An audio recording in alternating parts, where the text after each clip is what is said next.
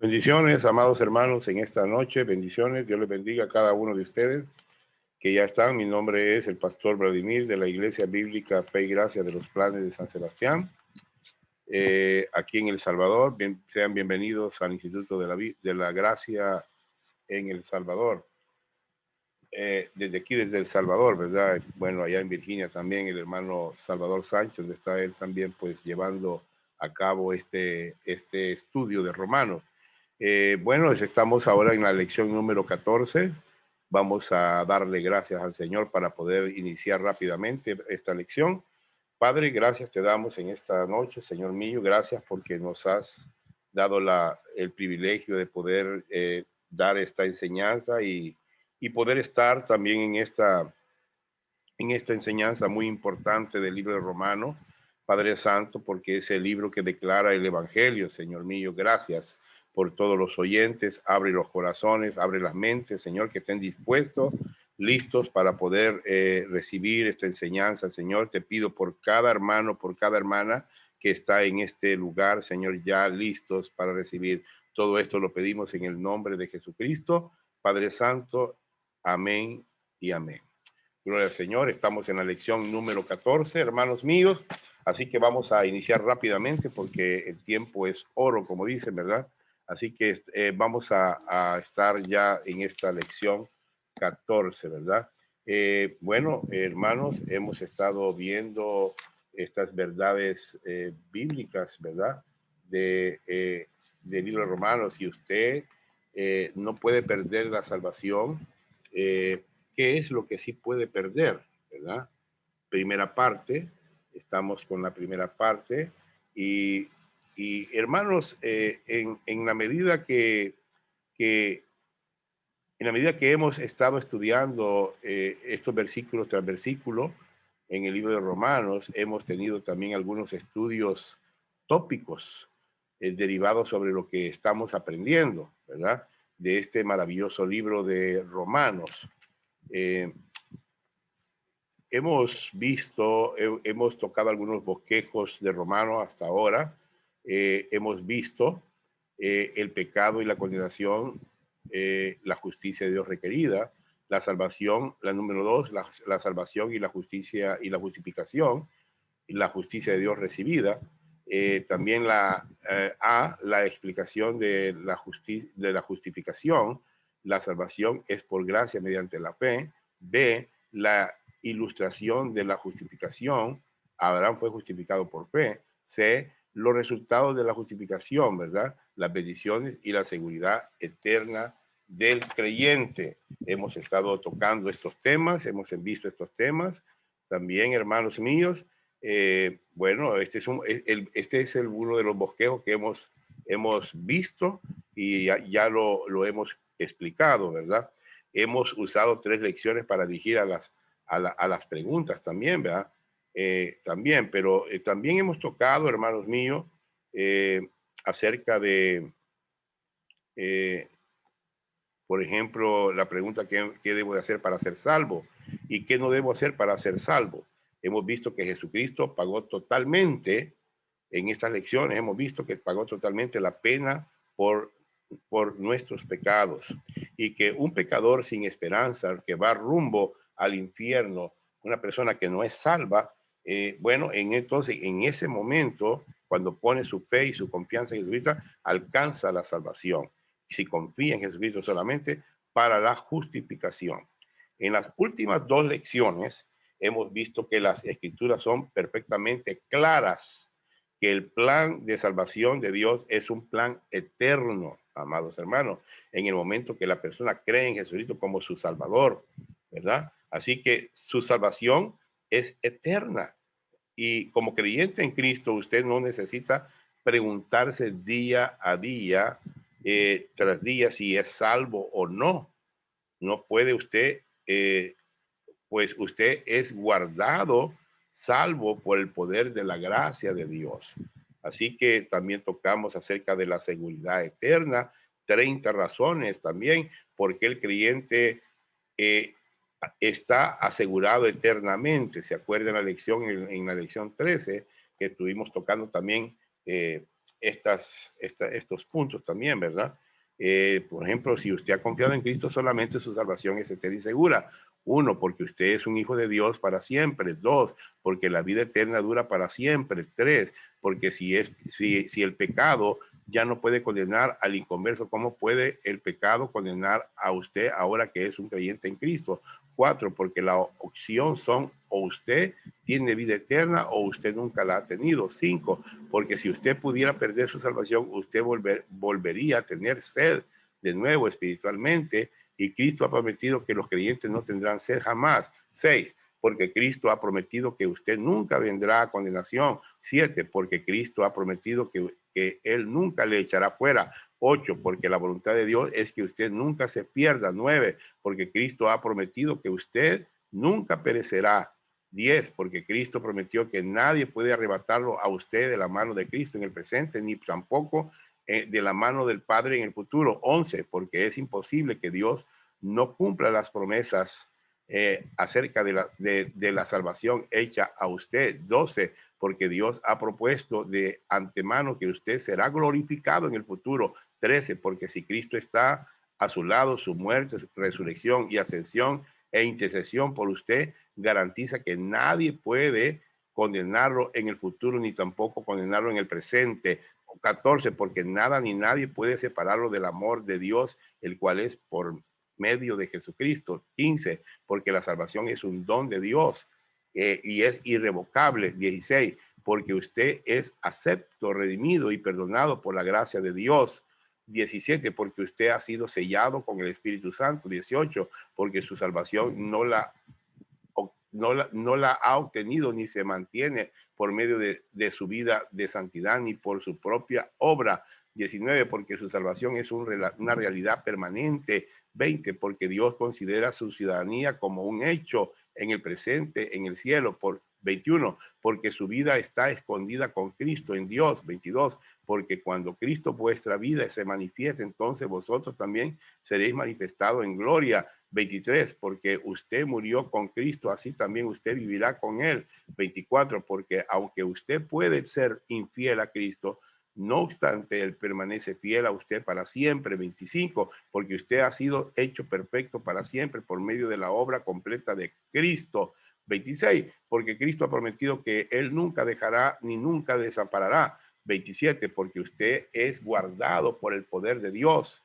28, porque todos sus pecados han sido perdonados para siempre. 29, porque aunque usted caiga, usted nunca quedará postrado o desamparado, porque Jehová lo sostendrá en su mano.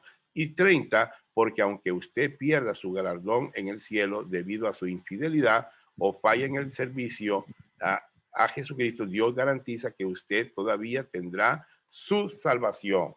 Amén. Entonces, hemos visto estas 30 razones por qué el creyente está asegurado eternamente. La seguridad eterna es una verdad maravillosa, hermano, que hemos visto en Romanos capítulo 5 y que hemos ampliado. Ahora, en las próximas lecciones, queremos hacer y responder las siguientes preguntas. Como creyente en Cristo, si no puede perder su salvación, ¿qué es lo que sí puede perder? Queremos ver 10 realidades espirituales que un creyente en Cristo puede perder. Bueno, como todos sabemos, que nosotros debemos de descansar, hermanos, en esta realidad, en esta realidad espiritual. Sabemos muy bien que somos salvos por la gracia. El creyente, cuando pone su fe sola en Jesucristo, está descansando. Mire ese que creyente ahí está sentadito, ahí está descansando por la fe sola en Jesucristo. Esa es la gracia de Cristo. Y en la gracia hay mérito. El mérito es lo que Cristo hizo. Eso es lo que el mérito de Cristo hacia Dios. Y entonces cuando Dios mira el mérito, lo que Cristo hizo por nosotros, ¿cuál es el regalo? Entonces Dios nos da gracia. Pero también está la deuda. Es cuando el creyente no descansa en la fe sola, sino que el creyente pues está puesta su mirada en las obras, creen que por las obras van a ser salvos. Entonces cuando es así, es una deuda. Entonces, el mérito es humano, ¿verdad? No es el mérito, no es Cristo el mérito, sino que es humano. Entonces Dios, el premio pues es deuda. O sea que el creyente tiene más deudas todavía, hay deudas todavía, ¿verdad? Se acuerda cuando nosotros debemos de ver que nosotros estamos descansando, somos salvos por la gracia de Dios. Recuerda lo que dice Efesios 2, 8, 9, ¿verdad? Por gracia somos salvos por medio de la fe. Cristo es el único medio, la fe en Cristo. El creyente tiene que entender que para poder llegar al cielo solamente es a través de Jesucristo que podemos nosotros, a través de su gracia, que nosotros podemos llegar al cielo, ¿verdad? Así que hermanos, la deuda ha sido pagada en la cruz de Calvario cuando él dijo, titilistei, la deuda ha sido cancelada para todo creyente, no solamente para algunos, sino para todos los creyentes, para todas las personas, para toda la humanidad, todo y cuando la persona ponga su fe en Jesucristo. Así que hermanos, esa es la fe que nosotros estamos enseñando, ¿verdad? Es lo que, eso es lo que el Evangelio enseña, la fe solamente en Jesucristo, depender de Jesucristo. Nosotros debemos de depender de Dios, ¿verdad?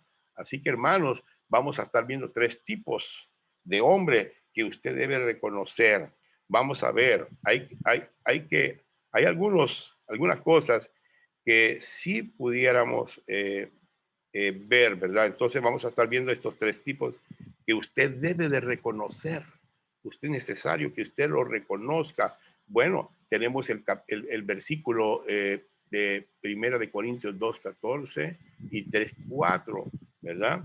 ¿Qué es lo que dice el 2:14?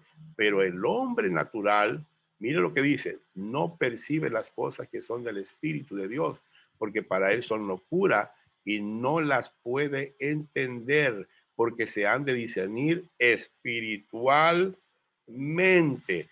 Fíjese bien en el pasaje que habla del hombre natural. Miremos aquí que Pablo divide, en otras palabras, Pablo está dividiendo toda la humanidad en tres hombres, y eso es lo que vamos a ver. Y cuando la gente no entiende esto, entonces se confunden o se confunden o debemos de estar bien claros en esto, en nuestros pensamientos, hermanos, ¿verdad? Entonces Pablo dividió a los tres hombres en tres clases, empezando con el hombre natural. Miren cómo dice ahí, pero el hombre natural. Amén. Literal. Vamos al material de cada uno de ustedes. El hombre natural es alguien, oiga bien, que nunca ha creído solamente en Jesucristo para salvación. Repito, el hombre natural es alguien que nunca es alguien, oiga bien, que nunca ha creído en Jesucristo. El hombre natural es alguien que no es salvo, perdón, que no es salvo, que no es salvo. Ponga ahí en su mente, se me tapa aquí la vista, la mirada acá, pero ponga usted ahí, es alguien que no es salvo, amados hermanos, ¿verdad? Es alguien que no es salvo. El hombre natural es alguien que no es salvo. Alguien que nunca ha creído solamente en Jesucristo para salvación. Entonces, el hombre natural, aquí, amados hermanos, miramos que el hombre natural en griego es psúkikos. Proviene del término griego, psúkico, hombre sensual, el hombre inconverso. Mire, el hombre inconverso se refiere al alma, apela a su intelecto, sus emociones, mire, o sentido, conocido también como el hombre sensual. Este hombre es inconverso, amados hermanos. La palabra griega sukiko pup, significa alma, y esa es la palabra en castellana de la que obtenemos psiques o psicología, que trata del alma o emociones del hombre. Icos es el factor dominante o la, o la característica de la vida. Por ejemplo, voy a poner un ejemplo. Es posible que conozca a alguien que tiene ojos hermosos. Cuando usted va a esta persona, lo primero que usted le ve es sus ojos, ¿verdad? Y si usted se fija en eso y dice usted, qué hermosos ojos, es posible decir que la persona tiene unos hermosos ojos, icos. Así que el factor dominante de esa persona son sus ojos. En la misma manera, la palabra sukiko quiere decir que es un hecho, el factor dominante del hombre natural, es el alma, es decir, su intelecto, sus emociones o sus sentidos. Amén. Número 1. El factor dominante en la vida del hombre natural son los sentidos. El factor dominante de la vida del hombre natural son los sentidos. Vamos a ver el libro de Judas, Judas 19. Vamos a verlo, dice, estos son los que causan divisiones, los sensuales, que no tienen el espíritu. Amén. Judas, en el versículo 19, usa la misma palabra. Nos dice que la persona, alma sensual, no tiene el espíritu. Eso es lo que está diciendo. No tiene el Espíritu Santo. El autor aquí, Judas, usa aquí la misma palabra que usó el apóstol Pablo en Primera de Corintios, que nos dice que la persona natural o animal, alma sensual, no tiene el Espíritu Santo. Si una persona no tiene el Espíritu Santo, entonces es inconverso, según Romanos 8:9, es inconverso. Mas vosotros, dice Romanos, no vivís según la carne, sino según el Espíritu. Si es que el Espíritu de Dios mora en vosotros. Y si alguno no tiene el Espíritu de Cristo, no es de él. Oiga bien, por lo tanto, el hombre natural es inconverso. El hombre natural es inconverso. Si la vida eterna, o sea que el hombre natural está sin la vida eterna, sin el Espíritu Santo morando dentro de sí. El hombre natural piensa en una manera natural, nunca piensa en una manera espiritual, amados hermanos. El hombre natural nunca, jamás va a pensar de esa manera. Sigamos también. Hay otro versículo. Bueno, puede apuntar también como referencia. Apunte también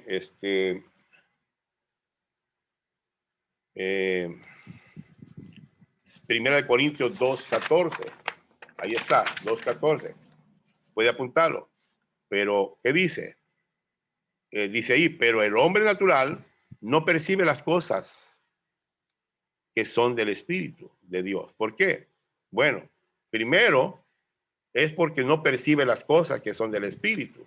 Segundo, es porque para él son locura. Y tercero, no las puede entender porque se han de discernir espiritualmente, amados hermanos. Mire, A, no percibe las cosas que son del Espíritu. B, porque para él son locuras. C, no las puede entender porque se han de discernir espiritualmente. Eso es lo que caracteriza al hombre natural. ¿Me entiende? Mire, voy a volverlo a poner de nuevo. No percibe las cosas que son del Espíritu porque para él son locuras. No las puede entender porque se han de discernir espiritualmente. La persona natural puede ser inculta, oculta, puede ser una persona también refinada, educada, ordinaria también, o puede ser una persona ignorante, o puede ser también moral o inmoral, puede ser una persona religiosa, o agnóstica, sea lo que sea, la persona inconversa no puede entender la palabra de Dios. No la puede entender. Esta es la razón por la cual antes de que una persona sea salva, puede leer la Biblia, pero para esta persona no tiene sentido, no entiende el Evangelio, no puede entender las malas noticias de que es pecador perdido. Por eso tampoco puede entender las buenas noticias. Si no puede entender las malas, mucho menos también las buenas noticias de que Jesucristo vino a la tierra hecho hombre y que ya pagó por sus pecados. No las puede entender. Para él, hermano, todas estas cosas son locuras, locuras. ¿Me entiende? No entiende que Dios le está ofreciendo el regalo de la salvación. Mire, de manera gratuita en el momento que cree en Jesucristo solamente. La persona natural necesita ser convencida por el Espíritu Santo porque no puede entender las cosas espirituales. Pero en el momento que una persona es salva mediante la fe solamente en Cristo, entonces esa persona sí percibe, recibe el Espíritu Santo y su espíritu humano es regenerado. Y de ese momento en adelante, el Espíritu Santo de Dios puede usar su palabra y empezar a enseñar a esta nueva persona, ¿verdad? Entonces, esta es la razón porque el pasaje no termina con el hombre natural. Mire, que dice 1 Corintios 2, 15, 16. En cambio, el espiritual, ahí está el espiritual, dice ahí, juzga todas las cosas, pero él no es juzgado de nadie, porque ¿quién conoció la mente del Señor? ¿Quién la instruirá? Mas nosotros tenemos la mente de Cristo. 1 Corintios 2, 15 al 16. Mire, así que ese es el espiritual. Vamos ahora al literal B. El hombre espiritual es alguien quien, el hombre espiritual es alguien quien es salvo, que es salvo, quien es salvo y es controlado por el Espíritu Santo.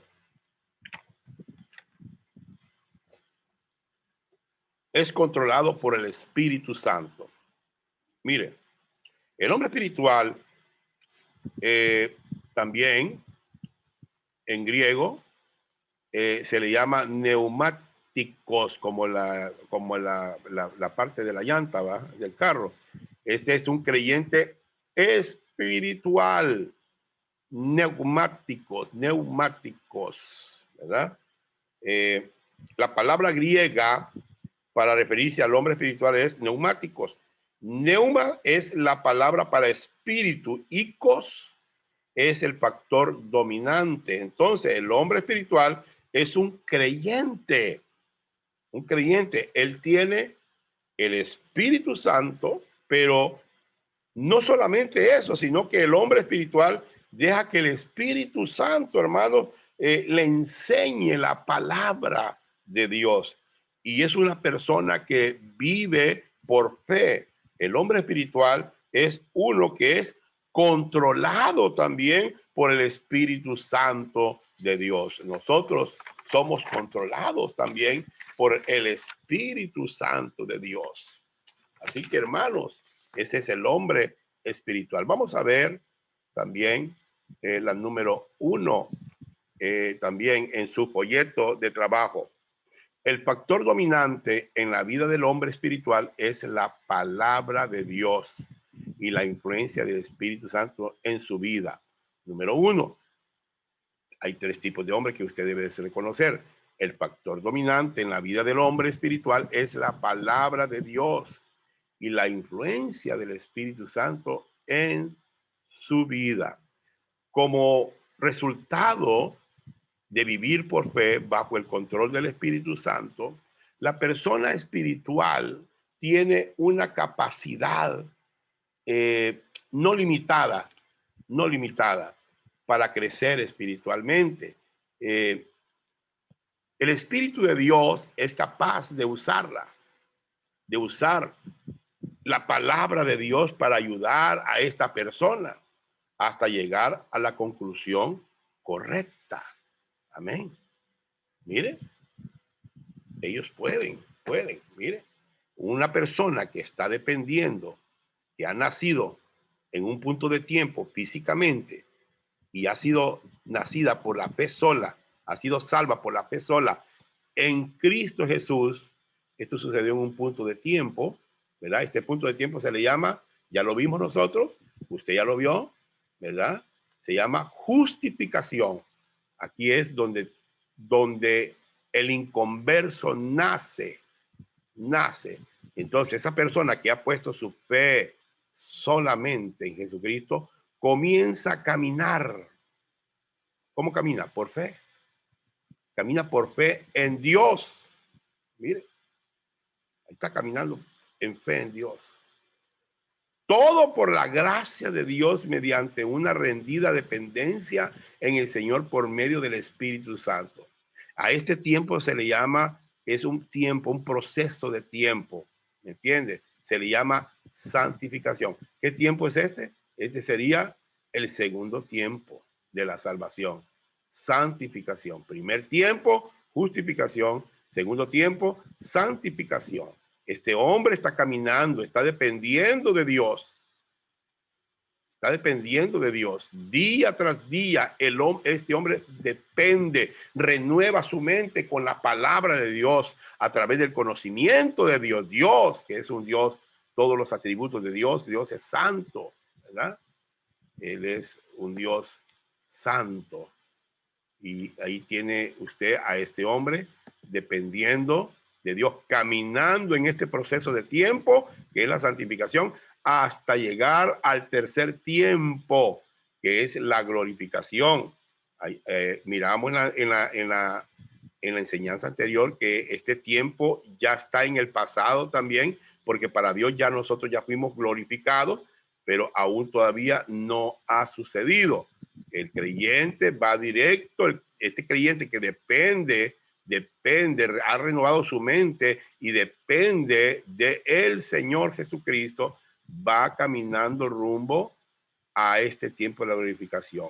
Y este tiempo solamente sucederá a través del rapto, cuando Cristo venga y levante su iglesia, o la muerte. Dos cosas estamos esperando nosotros, o el rapto o la muerte. Pero nosotros ahorita nos encontramos en el presente, en este tiempo ahorita. Ahí está el creyente, dependiendo de el Señor. Amén. Usted está dependiendo. Amén. Romanos 12:2, que es lo que dice: no os conforméis a este siglo, sino transformados por medio de la renovación de vuestro entendimiento, para que comprobéis cuál sea la buena voluntad que Dios, de Dios, ¿verdad? Agradable y perfecta, ¿verdad? Así que ahí estamos, hermanos, ¿verdad? Sigamos.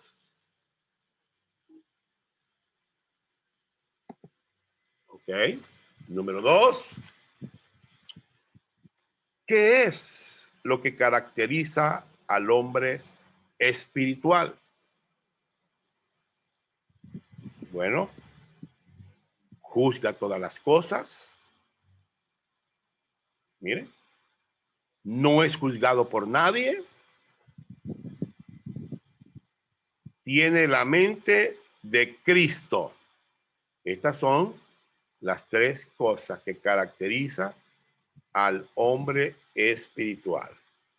Juzga todas las cosas, no es juzgado por nadie, tiene la mente de Cristo. ¿Qué dice 1 Corintios 3, 1, 4? De manera que yo, hermanos, no pude hablaros como espirituales, sino como a carnales, como a niños en Cristo. Os di a beber leche y no vianda, porque aunque no eras capaces, ni sois capaces todavía, porque aunque sois carnales, pues habiendo entre vosotros celos, contiendas, disensiones, no sois carnales, y andáis como hombres, porque diciendo uno yo ciertamente soy de Pablo y el otro yo soy de Apolo, no soy carnales, ¿verdad? Hablando de el hombre carnal. El hombre carnal es diferente al hombre espiritual. En el hombre carnal existen todas estas cosas, en el espiritual no. Yo decía cuando yo miraba este pasaje, que dice ahí que el espiritual juzga todas las cosas. Yo decía, ¿cómo es esto de juzgar todas las cosas? Y es que, hermanos, que cuando nosotros oímos a un predicador, oímos a algún evangelista, ¿verdad? Nosotros los cristianos, los espirituales, debemos de echar todo mensaje dentro del colador que es la palabra de Dios. Y entonces cuando metemos nosotros todo mensaje de cualquier hombre dentro del colador de la palabra de Dios, entonces nosotros decimos, sí, esto no es así. No, ahí está mal, pero uno solo, ¿verdad? Esto está mal. Entonces el espiritual juzga todas las cosas, juzga lo que no está bien. Amén. Pero él no es juzgado por nadie. ¿Por qué, hermano? Porque él tiene la verdad de Cristo. Amén. Debemos de hablar con la verdad, dice Pablo. ¿Por qué? Porque tenemos la mente de Cristo, ¿verdad? Así que, ¿a qué se refiere todas las cosas? Entonces, a todas las cosas es la palabra de Dios. En otras palabras, basado en la Escritura. El Espíritu de Dios es libre de ayudar al creyente a discernir la voluntad de Dios frente a la voluntad del hombre. Así que mientras este creyente es guiado por el Espíritu Santo de Dios y está respondiendo al Señor y a su palabra, el inconverso no la puede entender. ¿Entendió eso, verdad? El inconverso solamente puede pensar en una manera natural, mientras que el creyente espiritual, lleno del poder del Espíritu Santo, está pensando sobrenatural. El inconverso puede pensar en términos como, por ejemplo, aspectos de la tierra, mientras que el creyente espiritual vive a la luz de la eternidad, haciendo lo que el Señor le agrada. Amén. Lo que el Señor quiere, lo que la palabra de Dios dice. Como resultado, el creyente que es guiado por el Espíritu Santo está pensando en un nivel diferente, con una perspectiva diferente a los inconversos. C. Veamos ahora el libro C. Vamos a avanzar, hermanos, porque si no nos agarra la tarde. C. El hombre carnal es alguien quien es salvo, pero es controlado por la naturaleza pecaminosa. Ahora vamos a estar viendo, ahora veremos el tercer hombre, que es el carnal. Esto está en este versículo, en 1 Corintios 3:1. Amén. Donde dice, hermanos, capítulo 3:1. Ya no puedo hablarlos como espirituales, sino como a carnales, como a niños en Cristo. Ahí está, en la palabra carnal. Carnal, el hombre carnal, sarquicos. Hombre carnal, se refiere a hombre carnal, salvo en Cristo, pero controlado por la naturaleza pecaminosa. Amén. El hombre carnal es salvo. Su posición es en Cristo, porque así lo dice 1 Corintios 3:1. En Cristo, pero es controlado por la naturaleza pecaminosa. No sé si ustedes se han encontrado con hermanos así, que son carnales, ¿verdad? No es espiritual, el carnal no es espiritual y ni tampoco es inconverso, ¿verdad? La palabra griega para carnal es sarquicos. Sar es la palabra para carne. Sar significa carne. Icos es el factor dominante. Amén. Número 1 en sus materiales. El factor dominante del hombre carnal es la influencia de la naturaleza pecaminosa en su vida. El factor dominante en la vida del hombre carnal es la influencia de la naturaleza pecaminosa en su vida. Amén. Amén. Ok. ¿Cómo es que sabemos que el hombre carnal es un creyente? Fíjese bien en el capítulo 3:1 de Primera de Corintios. O sea que nosotros lo sabemos por los versículos. El versículo 1 presenta dos evidencias. ¿Cuál es la evidencia que presenta? De manera que yo, hermanos,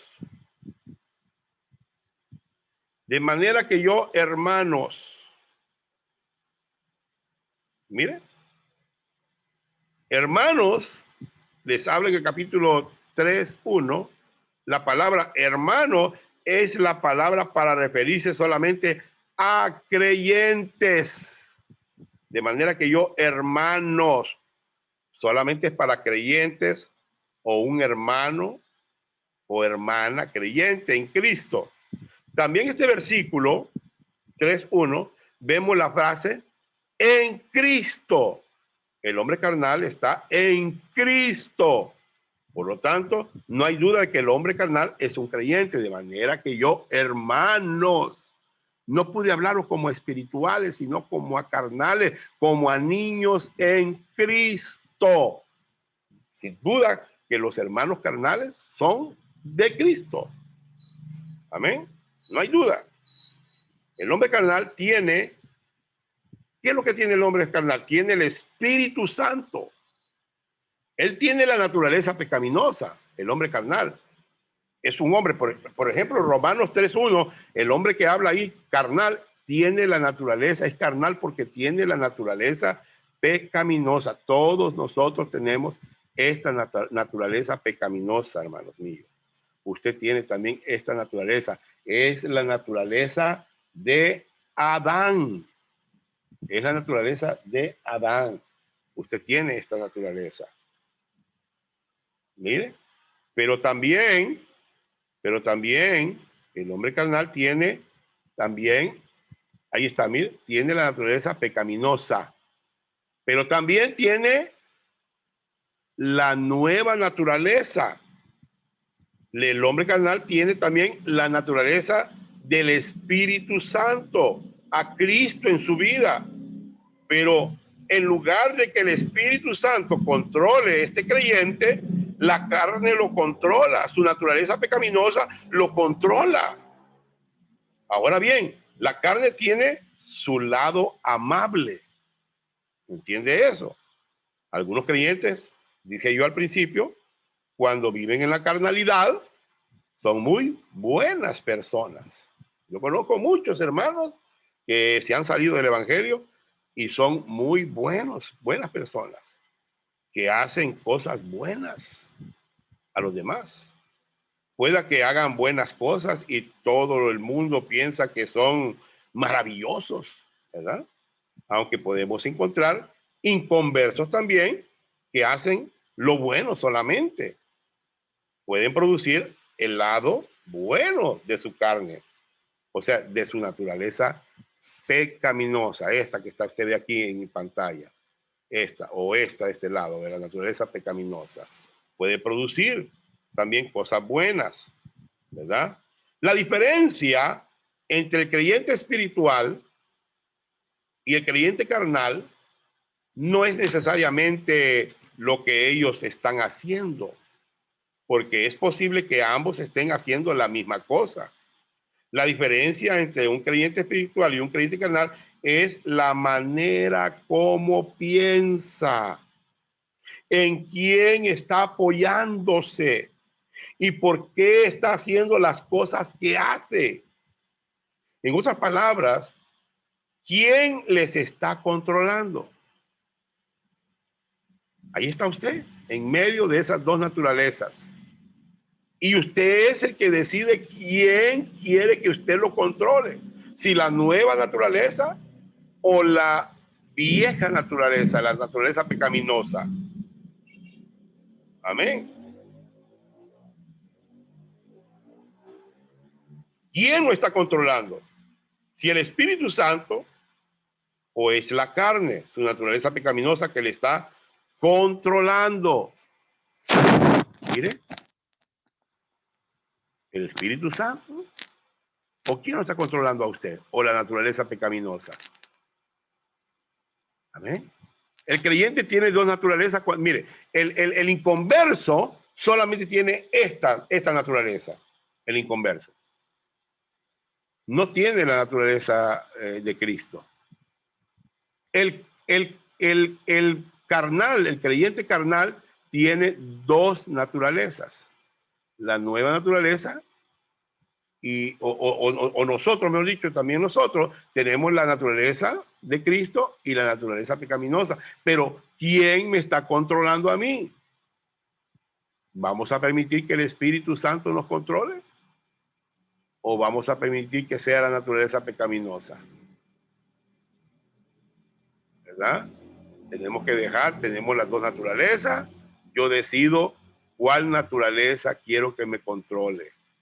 Bueno, el Espíritu Santo que está dentro de mí, ¿verdad? Cuando la naturaleza pecaminosa es controlada, lo controla usted, Pablo por eso dijo, no contristáis el Espíritu Santo que está dentro de vosotros. El Espíritu Santo se contriste. ¿Verdad? Número 2, ¿qué es lo que caracteriza al hombre carnal? A, está en Cristo, es un creyente y tiene el Espíritu Santo. ¿Qué es lo que caracteriza al hombre carnal? Está en Cristo, esta persona está en Cristo, es un creyente y tiene el Espíritu Santo. A. B. Es un bebé espiritual. Mire, quiero que vea esto. Está en Cristo, es un creyente y tiene el Espíritu Santo y es un bebé espiritual. ¿Qué más? Se comporta como los inconversos. Se comporta como los inconversos. Mire.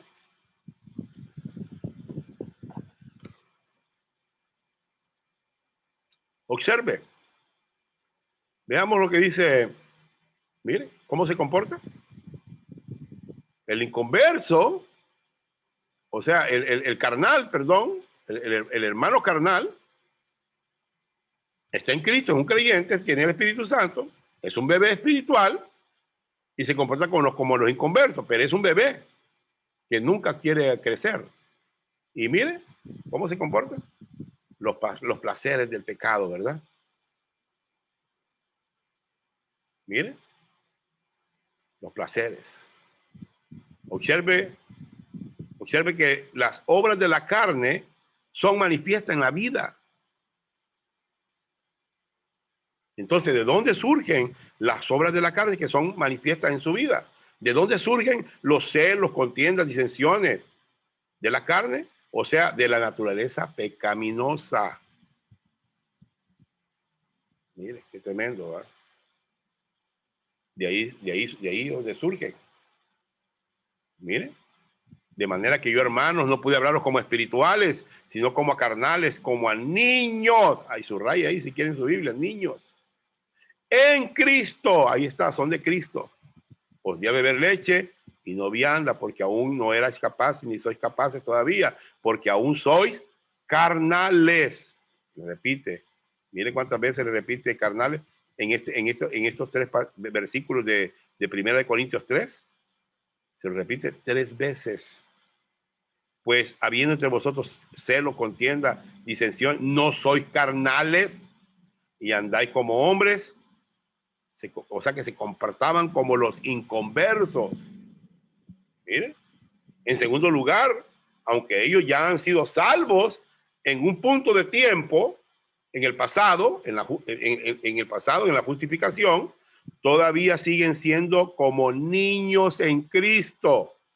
O sea, niños en Cristo significa que son personas inmaduras, inmaduros espiritualmente. No es problema de ser un niño, no es un problema ser un niño en Cristo, porque todos los creyentes comenzamos por esa etapa. Sin embargo, hay un gran problema en este creyente. Si continúa o si continuamos siendo niños en Cristo por un largo periodo de tiempo, esto no es normal, ni tampoco es la voluntad de Dios. La voluntad de Dios es que nosotros crezcamos hasta que lleguemos a la madurez. Tercero, estos creyentes en Corintio estaban caminando como inconversos, estaban caminando según las normas del hombre. Por esa razón, como creyentes en Cristo, cuando caminaban en la carnalidad, no estaban caminando por medio del Espíritu Santo. Cuando un creyente no está pensando correctamente con respecto a la palabra de Dios, cuando un creyente no está respondiendo al Señor en su comunión personal, su caminar en semejante al caminar del inconverso, tal vez ellos están viviendo por los elogios de otros, ¿verdad? Esta es la verdad que Pablo dijo al referirse a los corintios. Ellos eran carnales, y esto mismo podemos decir de nosotros también. Es cierto, momentos de nuestro caminar cristiano, después de que hemos sido salvos, podemos más de alguno poder cometer también o vivir una carnalidad también. ¿Qué más? Es posible, número 2, es posible que el creyente carnal pueda perder su salvación por medio de la carnalidad cuando está comportándose como los inconversos. Veamos, que dice 1 Corintios 3, del 11 al 15, porque nadie puede poner otro fundamento que el que está puesto, el cual es Jesucristo. Si sobre este fundamento alguno edificare oro, plata, piedra preciosa, madera, heno, hojarasca, la obra de cada uno será hecha, será manifestada, porque el día lo declarará, pues por el fuego serán reveladas, y la obra de cada uno, cual sea el fuego, la probará. Si permaneciere la obra de alguno que sobreedificó, recibirá recompensa. Aunque el creyente carnal está caminando de la misma manera que el inconverso y vive en rebelión hacia Dios, amados hermanos, su destino ya ha sido cambiado del infierno al cielo. Y él sabe, y él está asegurado, ¿verdad? En Cristo eternamente. Nunca puede perder su salvación. Algunos quizás están pensando, ¿y cómo es esto que un carnal, verdad? Pues ya lo explicamos. Lo hemos visto en Romanos 5, 1 al 11. Entonces, permítanos apoyarnos en esto más. En 1 Corintios, también puede apuntarlo, 1 Corintios 3, del 11 al 15 también. Usted puede mirarlo también. Vamos a ver. 1 Corintios 11 al 15. Si la obra de alguno se quemara, él sufrirá pérdida, si bien él mismo será salvo, aunque así como por fuego. Mire. Amén. Qué tremendo, hermanos. Qué tremendo esto. Vamos a estar viendo algunos materiales usados para el creyente para la edificación. Ahí tenemos dos clases de materiales. Vamos a poner un momento. Usted piense en un edificio. Debido a que Pablo describió la vida cristiana como un edificio. En este edificio, vamos a ver este diagrama, Jesucristo está Jesucristo como el fundamento, ahí está, el fundamento es Cristo. Y los creyentes usamos varios materiales para construir. Tenemos el oro, la plata, la piedra preciosa, o madera, heno, hojarasca. Los primeros tres materiales usados para construir son permanentes, como el oro, la plata y la piedra preciosa. Mientras que la madera y el heno y la hojarasca son materiales perecederos. Como creyentes en Cristo, Usted necesita determinar día tras día, momento tras momento, qué tipo de material va a usar para construir su vida, su ministerio. En otras palabras, necesita decir si lo que hace como creyente habrá de tener importancia a la luz de la eternidad o no va a haber importancia. El oro, la plata y la piedra preciosas obviamente representan con la palabra de Dios que aquellos que están bajo el control del Espíritu Santo viven la vida para el Señor y viviendo mediante la fe. La plata, el oro y las piedras preciosas nunca van a dejar, cuando pasen por el fuego, nunca van a dejar de ser. Mientras que el heno, la madera, el heno y la hojarasca son materiales perecederos, cosas hechas en la carne, según el mundo. Si usted está actuando según el mundo, pues esas obras se quemarán, hermanos. Amén. Se quemarán. Dice Primera de Corintios 3:13, la obra de cada uno será manifestada porque el día lo declarará, pues por el fuego será revelada y la obra de cada uno, cual sea el fuego, la probará. Vendrá un día cuando cada creyente estará delante del Señor en el tribunal de Cristo y Él hará una prueba de fuego para probar nuestras vidas. ¿Cuál piensa usted que será el resultado? Hay dos posibilidades en el versículo 14. ¿Sabe lo que dice el versículo 14? Si permaneciere la obra de alguno que sobreedificó, recibirá recompensa.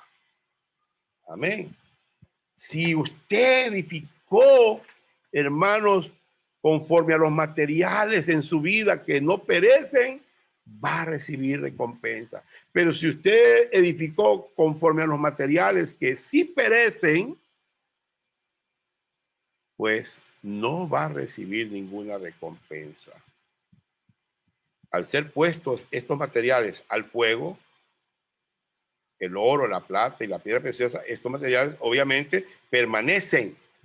Pero cuando ponemos los otros materiales, se queman, se hacen ceniza. Amén. Se hacen ceniza. Así que, hermanos, vamos a seguir. Si Dios dice que el creyente necesita recibir recompensa, entonces necesitamos recibir recompensa.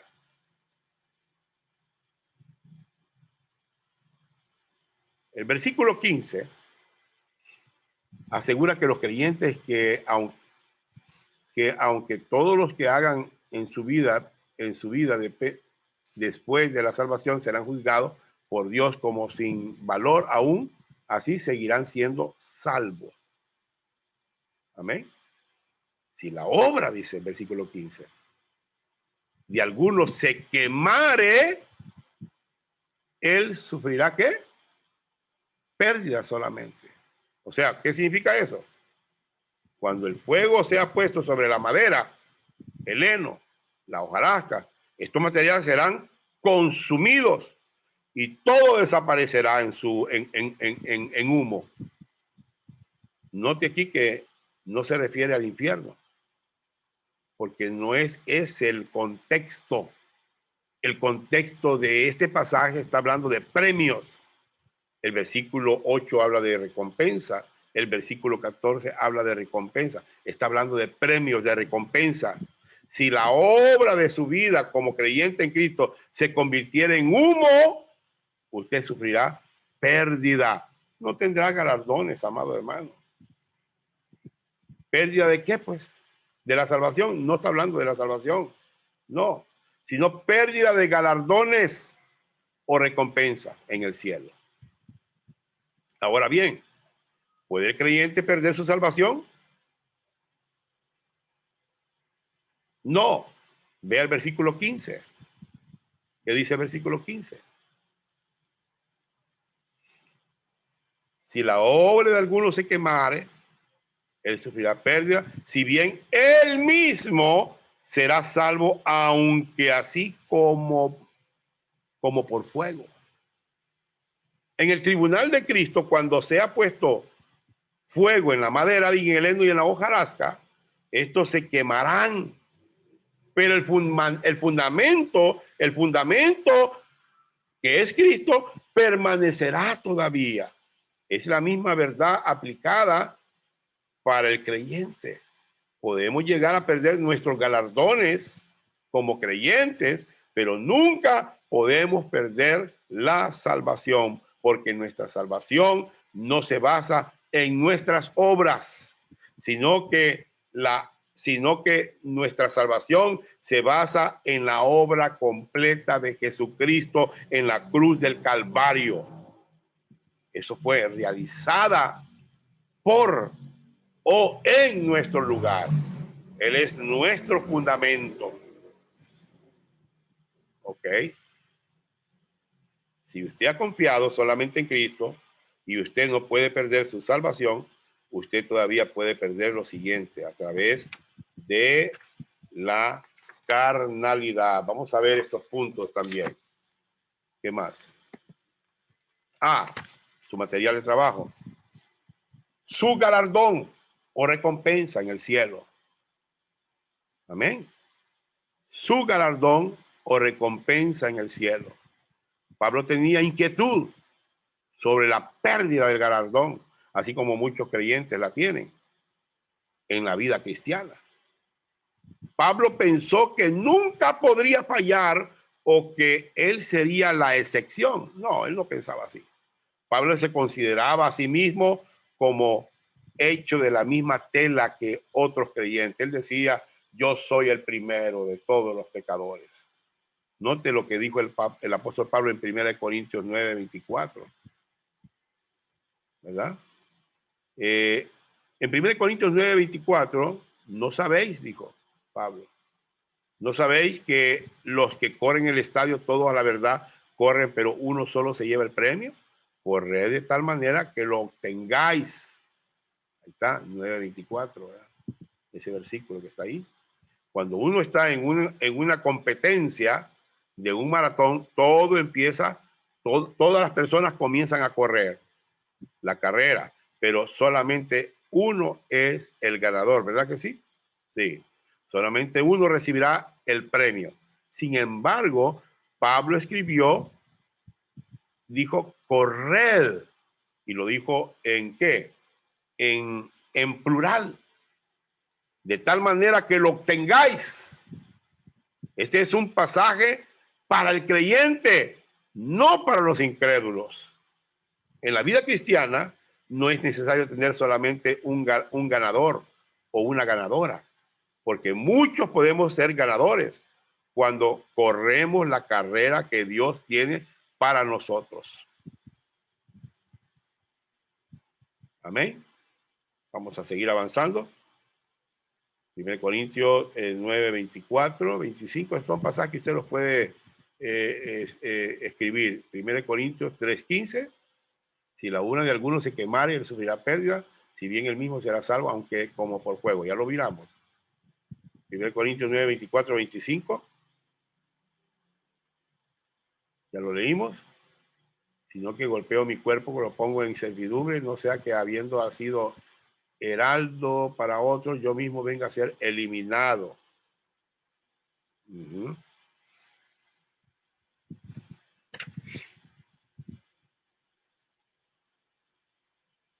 Pablo sabía que a menos que él mantuviera su cuerpo bajo control, podría ser descalificado, porque la naturaleza pecaminosa siempre quiere usar nuestro cuerpo para deshonrar al Señor, ¿verdad? Pablo está hablando, pueda que sea eliminado ¿de qué? De la carrera para poder recibir el premio.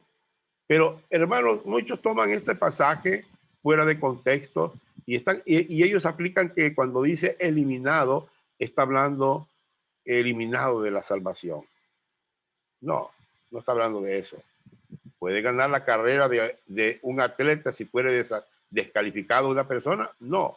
En la misma manera, ¿puede usted ganar el premio si fuere descalificado? Tampoco, no puede. Pablo sabía con seguridad que era salvo y también sabía que su destino era el cielo. Sin embargo, podemos ver en este pasaje que Pablo tenía deseo de vivir su vida cristiana de manera que honrar al Señor. Amén.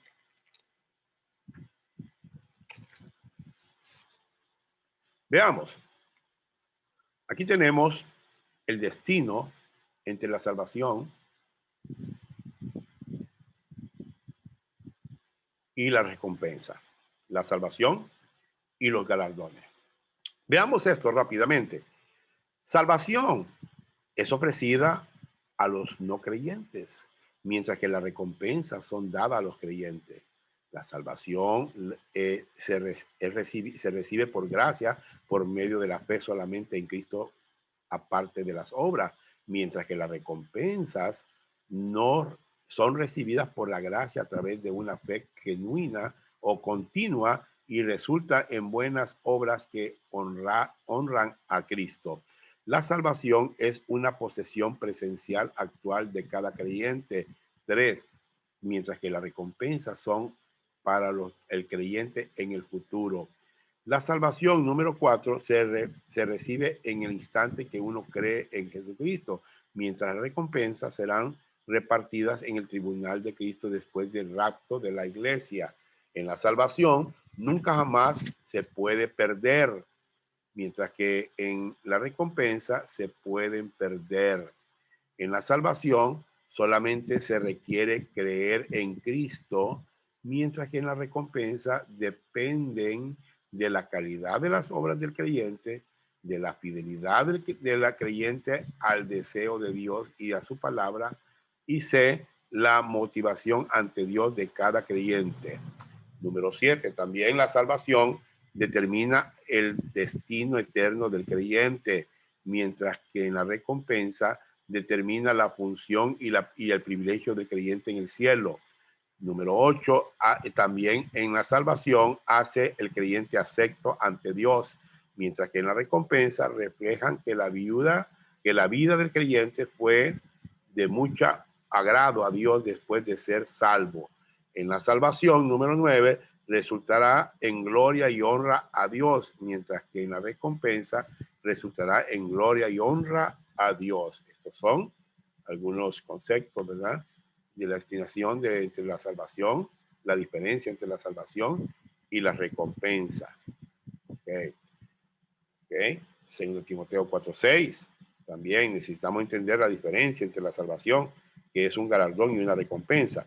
Dice en Timoteo, porque yo estoy para ser sacrificado y el tiempo de mi partida está cercano. He peleado la buena batalla, he acabado la carrera, he guardado la fe. Por lo demás, me está guardada la corona de justicia, la cual me dará el Señor juez justo en aquel día, y no solo a mí, sino también a todos los que aman su venida. Amén. Pablo supo que él iba a recibir un galardón. Sí, le llamó corona singular, le llamó corona, ¿verdad?, de justicia en singular. Pablo ya tenía la salvación, solo estaba esperando el premio, o sea, la corona, ¿verdad? Veamos el premio. ¿Cuáles son las 3 coronas de cada dadas como galardones a los creyentes? La corona de justicia, 2 Timoteo 4:8. Vamos a verlo rápido. Ahí está, mire la corona de justicia. Dice 2 Timoteo 4:8, por lo demás me está guardada la corona de justicia, la cual me dará el Señor juez justo en aquel día, y no solo a mí, sino también a todos los que aman su venida. Este es un galardón por haber peleado la buena batalla de la fe. Ok. Número 2, también tenemos la corona de vida en Santiago 1:12, Apocalipsis 2:10 también. Ahí está, mire, la corona de vida. Santiago 1:12, bienaventurado el varón que soporta la tentación, porque cuando haya resistido la prueba recibirá la corona de vida que Dios ha prometido a los que le aman. Apocalipsis 2:10 también, no temas en nada lo que vas a padecer. He aquí el diablo echará a alguno de vosotros en la cárcel para que seáis probados y tendréis tribulación por 10 días. Sé fiel hasta la muerte y yo te daré la corona de vida. Si un creyente vive la vida cristiana sirviendo al Señor y muere como un mártir por la fe, entonces Dios le dará la corona de vida. Número 3, la corona de gloria. Esta corona es muy importante porque esta corona es dada para los pastores. La corona de gloria, dice 2 Pedro, y cuando aparezca el príncipe de los pastores, vosotros recibiréis la corona incorruptible de gloria. Esta es una corona dada solamente a pastores, y no a cualquier pastor, sino a los pastores fieles, amados hermanos.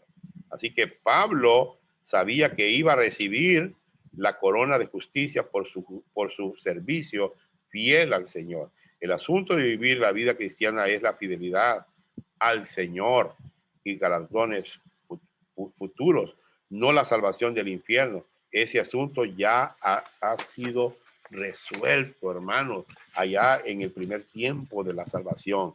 Si completamos la carrera que Dios tiene para nosotros, entonces recibiremos galardones. Pero aquellos que renuncian a servir fielmente al Señor, que viven para sí mismos, serán descalificados, hermanos míos. Amén. Amén. Vamos a ver. B. Si usted ha confiado solamente en Cristo y usted no puede perder su salvación, todavía puede perder los siguientes. La siguiente, otras. Vamos a ver aquí que no miro bien aquí esto. Ok. Ok, ahí está. B. Su comunión o compañerismo con Dios. Usted puede perder la comunión o compañerismo con Dios. Veamos qué es lo que dice 1 Juan 3, 1, 3, 10. Lo que hemos visto y oído, eso os anunciamos, para que también vosotros, permítame.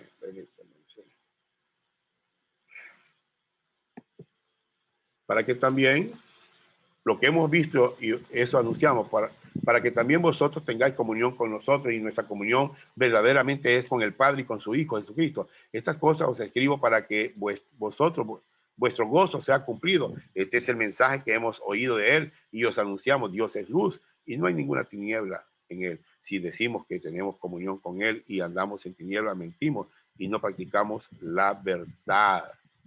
Ok, tenemos, ¿verdad?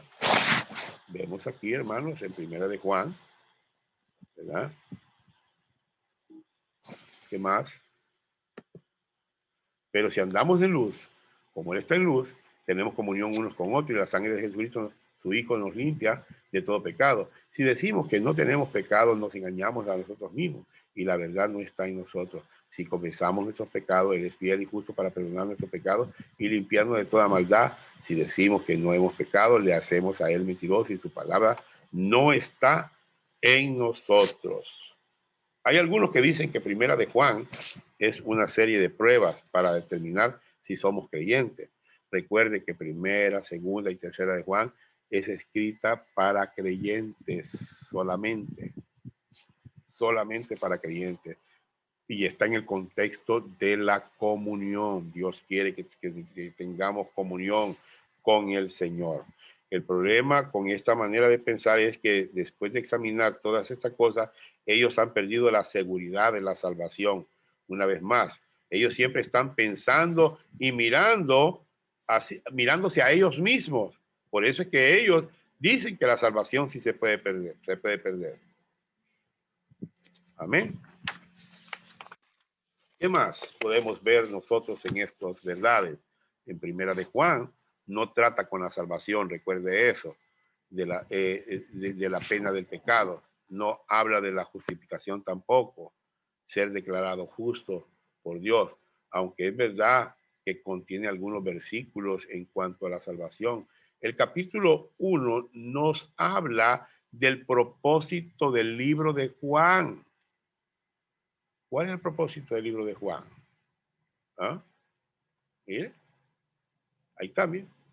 Lo que hemos visto y oído, eso os anunciamos, para que también vosotros tengáis comunión. Ese es el propósito, con nosotros. Y nuestra comunión, segunda vez dice comunión, verdaderamente es con el Padre y su Hijo Jesucristo. Versículo 4, mira lo que dice. Esta cosa os escribo para que para vuestro gozo sea cumplido. Mire, el 5. Este es el mensaje que hemos oído de él y anunciamos. Dios es luz y no hay ninguna tiniebla en él. Y el versículo 6, si decimos que tenemos comunión, ahí está también, mire, con él andamos en tiniebla y mentimos y no practicamos la verdad. Así que, ¿qué palabra usa Juan? 2 veces en estos versículos. La comunión que tenemos cuando hay comunión, hay gozo. Eso es lo que pasa. Entonces, número 1, amén. Su comunión, compañerismo con Dios. Número 1, en primera de Juan 1, Juan está escribiendo acerca de la comunión y no de la salvación. En primera de Juan 1, 3, 4, nos dice que Juan está escribiendo a creyentes que tener comunión con Dios, Dios quiere que nosotros tengamos comunión con Él. Y con el resultado que nuestro gozo se desborde. Amén. Se desborde. Miremos este diagrama. Ahí está, mire. Mire, Dios quiere que nosotros tengamos comunión solamente en Jesucristo. Vamos a tratar de ver este diagrama. Ahí está, este creyente ha puesto su fe solamente en Cristo, ha sido bautizado por el Espíritu Santo. Por lo tanto, este creyente ha entrado a la comunión con Dios. Tiene comunión con Dios. Ya lo explicamos la primera vez, ¿verdad? Esta es la familia de Dios. Aquí están toda la familia de Dios.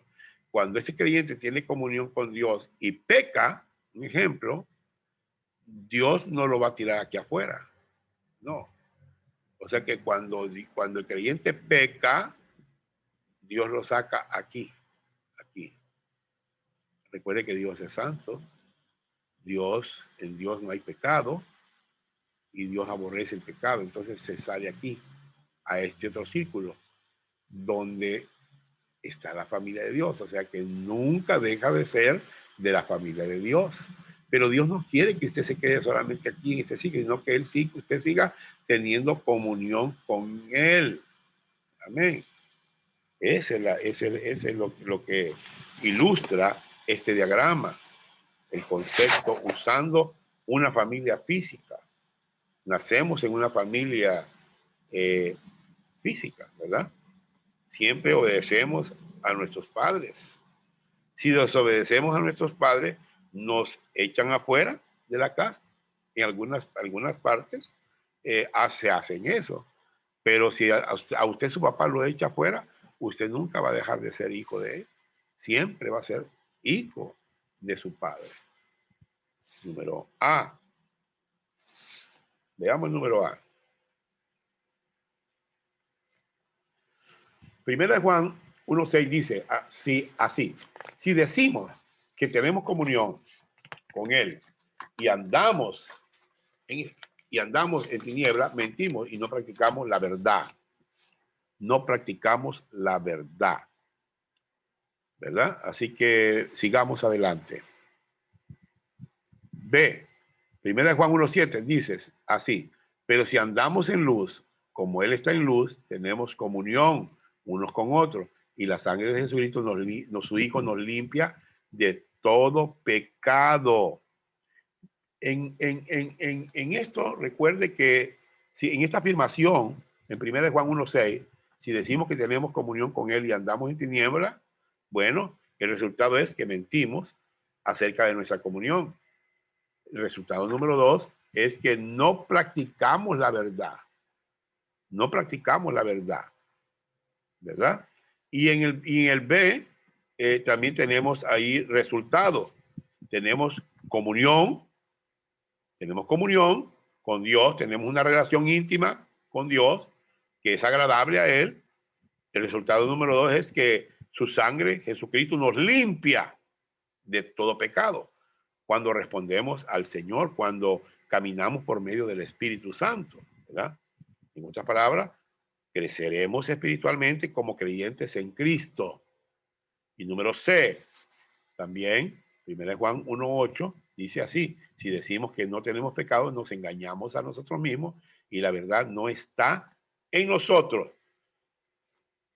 El pecado en este versículo es un sustantivo, no es un verbo, y está en singular, no en plural.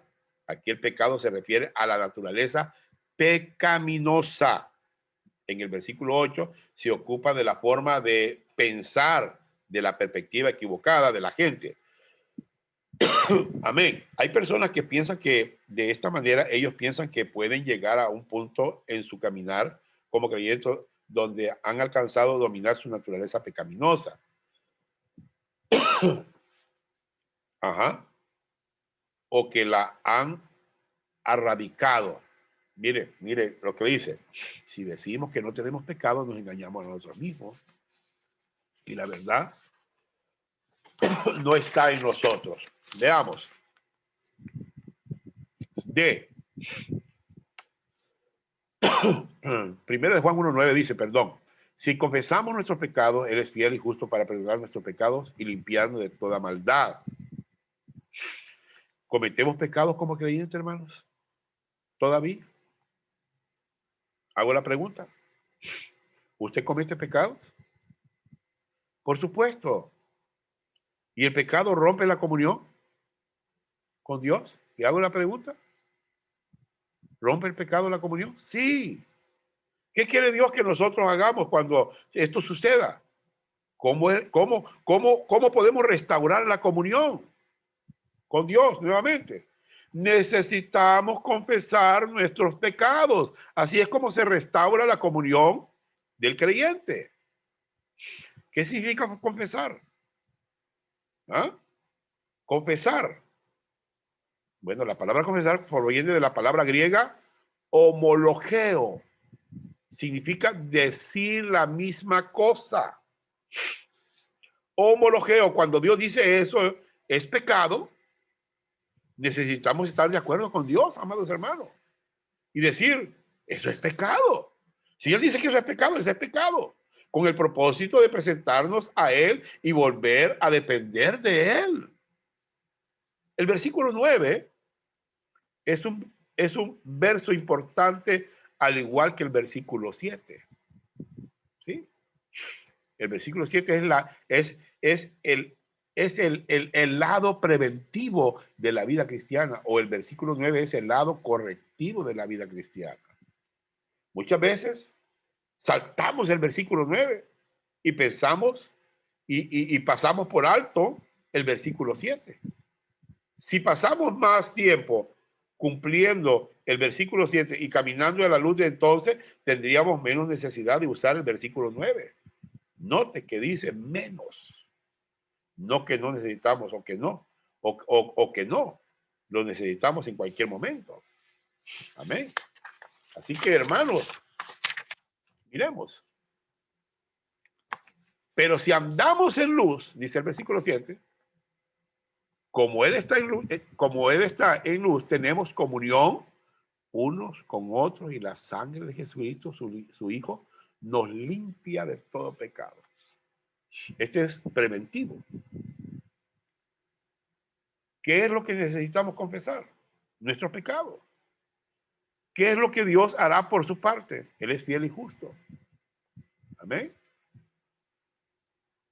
Mire, versículo 9. Si confesamos nuestros pecados, Él es fiel y justo para perdonar nuestros pecados y limpiarnos de toda maldad. Este es el correctivo. El correctivo, amados hermanos. Amén.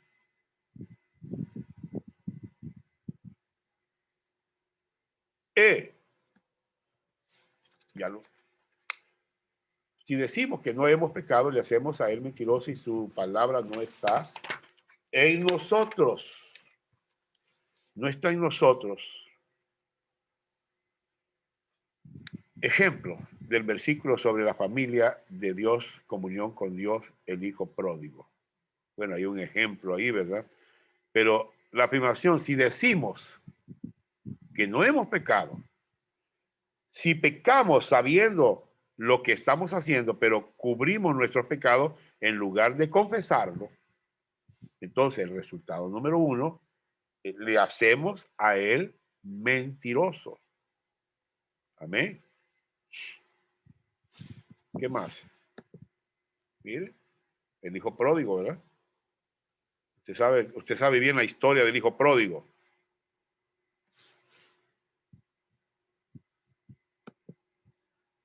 ¿Verdad? Todo lo que pasó al hijo pródigo. Fue disciplinado, comía de las algarrobas que comían los cerdos, pasó necesidad. Pero él dijo, voy a regresar a mi padre. Y pidió que lo tratara como uno de sus trabajadores. Pero su padre no lo trató como uno de sus trabajadores, ¿verdad?